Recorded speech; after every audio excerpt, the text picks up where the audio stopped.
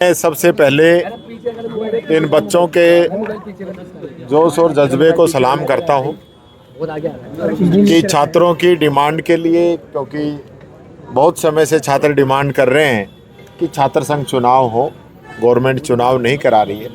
विधानसभा में भी हमारे 1 दर्जन से अधिक विधायक इस मामले को उठा चुके हैं, मैं स्वयं उठा चुका हूं, क्वेश्चन लग चुके हैं, लेकिन गवर्नमेंट जो है छात्र संघ चुनावों को बहाल नहीं कर रही है। इन्हीं मांगों को लेकर हमारे तीनों बच्चे यहाँ टंकी पे चढ़े और मैंने तो कल भी प्रयास किए कि ये नीचे उतरें, आज भी प्रयास किए और इन्होंने हमारी बात मानी कि नीचे आए हैं।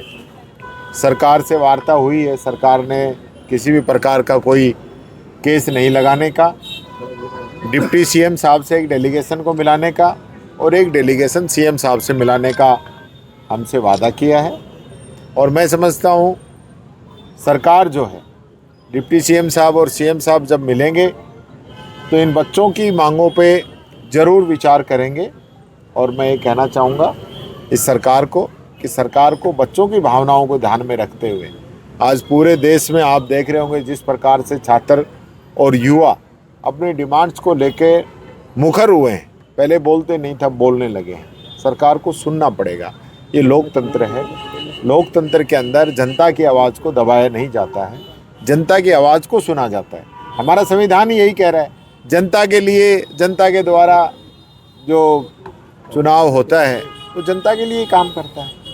तो आज जो गवर्नमेंट है उसको सहानुभूतिपूर्वक जो है इन बच्चों की डिमांड पे विचार करते हुए, और मैं समझता हूँ जल्दी जल्द छात्र संघ चुनाव हो उनको बहाल करना चाहिए। जो डेलीगेशन सीएम से डेप्यूटी सीएम से मिलेगा, क्या छात्र संघ चुनाव की बहाली के अलावा भी और कुछ मांगे हैं छात्रों की?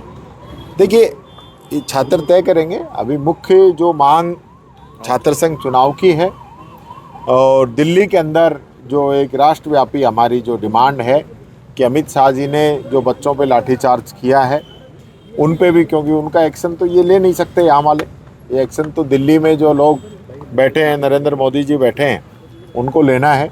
इनके हाथ में छात्र संघ चुनाव है तो उसके लिए ये डेलीगेशन उसकी वार्ता करें। योगी जी, सरकार का कहना है कि जो चुनाव बंद हुए थे वो अशोक गहलोत की सरकार में बंद हुए थे, तो इस तरह से देखिए हमारी ये गुमराह कर रहे हैं।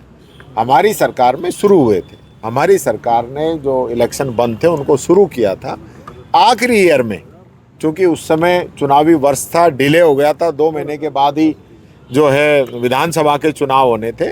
इस वजह से सिर्फ पोस्टपोन किए थे, न कि बंद किए थे।